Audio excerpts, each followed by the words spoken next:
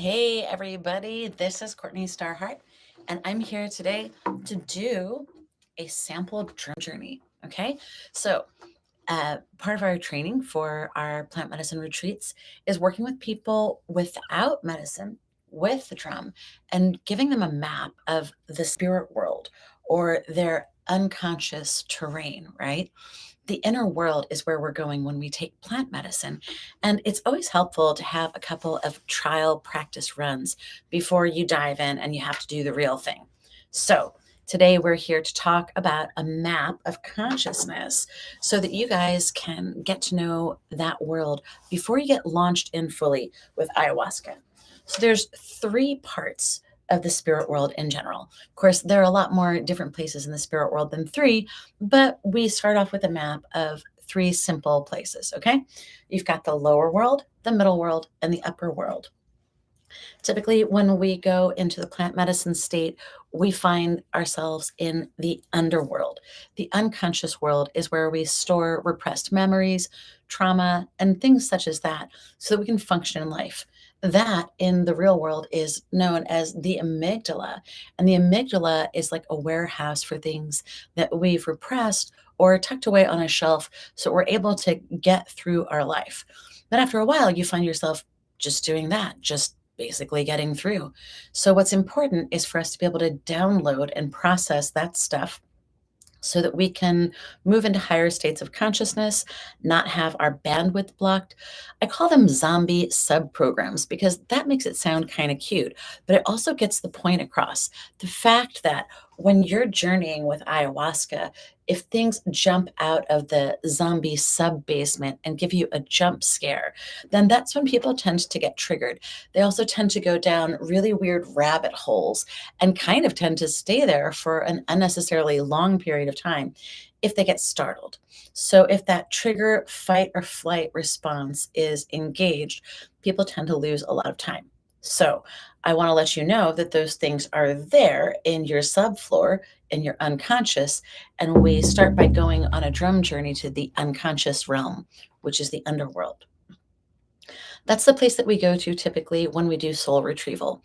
As a shamanic practitioner, I was taught how to work with the drums before I ever got anywhere near administering plant medicine so that I could take people safely on a journey into the spirit world without plant medicine. Until you get to know the spirit world and until you work with a traditional elder who has an oral tradition, you're just kind of playing around with medicine. So it's really important to actually know about these different traditions if you're going to be administering plant medicine. So, first place we go is the lower world. That's the unconscious. The middle world is the place in the spirit world where our ancestors reside. So it's kind of like our physical DNA blueprint on the other side. Now, those ancestors are going to be happy to work with you because when you improve your genetic code and you unlock things, you're unlocking things for them too.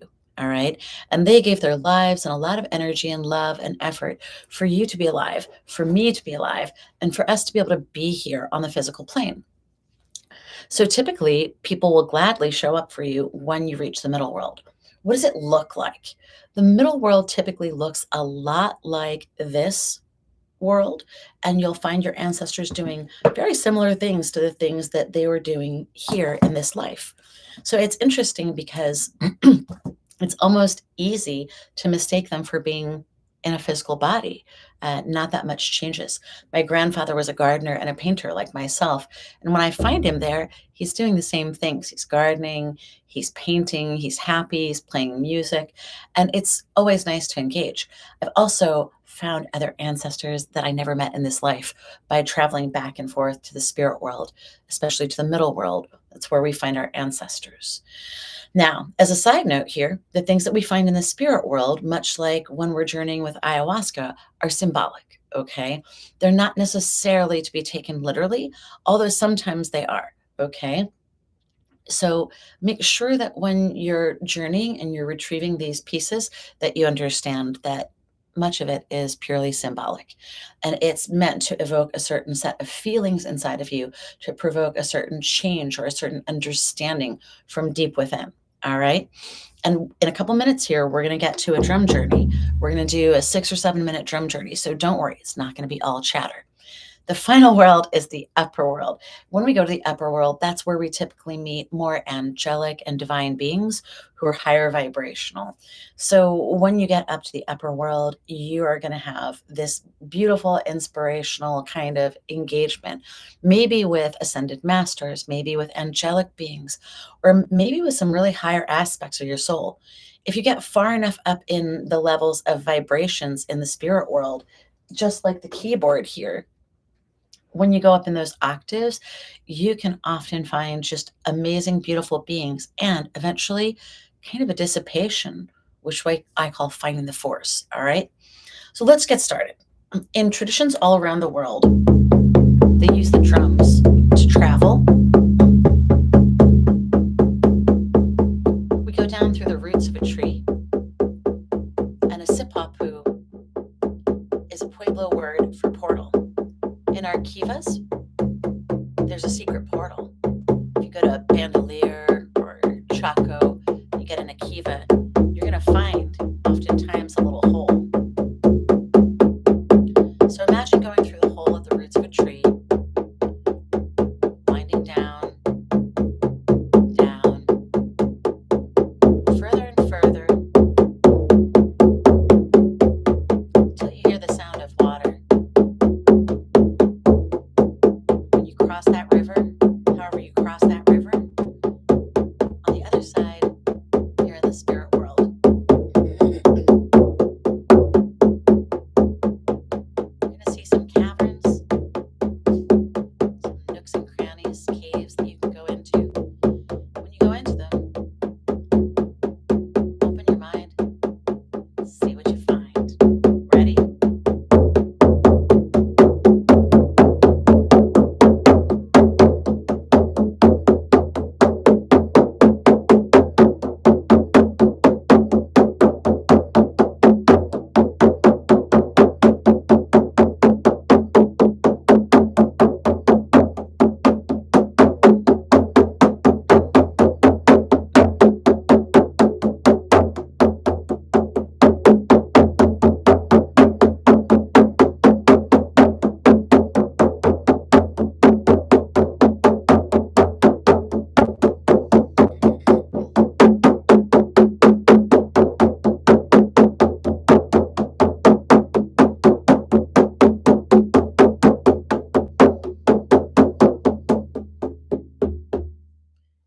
As you're moving up in vibration, moving up the river as it flows, the ground is leveling up, and you might see some lights in the distance or the smell of a chimney, a cooking fire.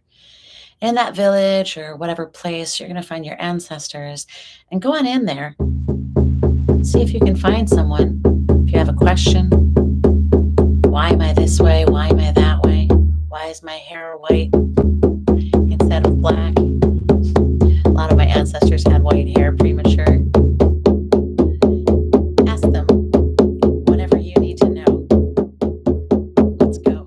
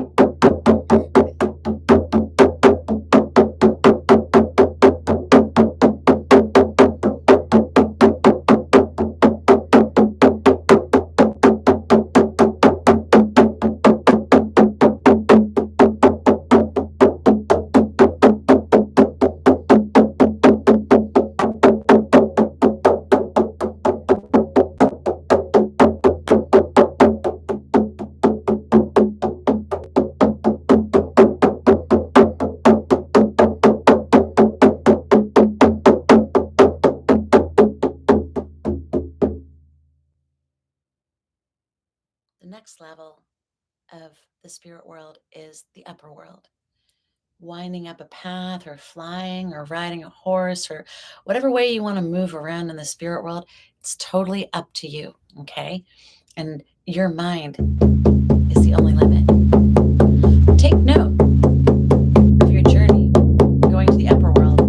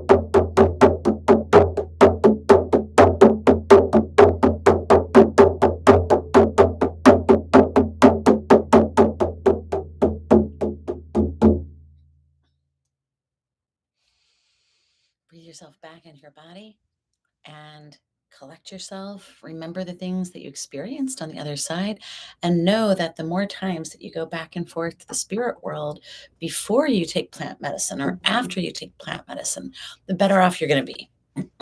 We have a little 4 keys adventure that we take when we're working together at retreat. We also have a book that you can use to actually go into the medicine wheel in great detail and start putting pins in the map. See, the thing about the unconscious or about the spirit world is that it's yours and there's no regulating it other than what you choose to do with it.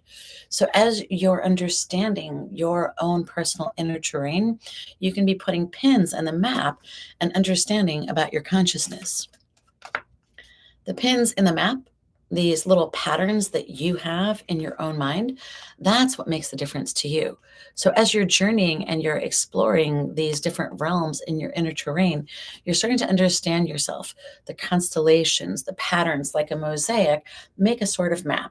So once you're going more frequently into the spirit world with the drums or with plant medicine, you start to get an understanding of your inner terrain. Now, that inner terrain is what's going to lead you to be able to find the force, right? Because whatever you want to dial into, it's there in your heart space within. So, working with ayahuasca is really only just one part of the important traditions that I was taught, or the 20 years that I studied with the native medicine man in the Southwest. So, using the drum journeys, you can look up Sandra Ingerman, Michael Harner. There are lots of different shamanic drum journeys, and you can practice this on your own. We also have a soundscape journey that we give our clients so that they can work their way around what we call Diamond Island, which is your inner terrain. And you can get a map of what's in there so that you can learn how to work with yourself better. All right. So knowledge of self eventually leads to the connection to the force. And that is our human destiny, to be in a body, to be a separate entity, and to also be connected with the forces of the universe. Bye for now.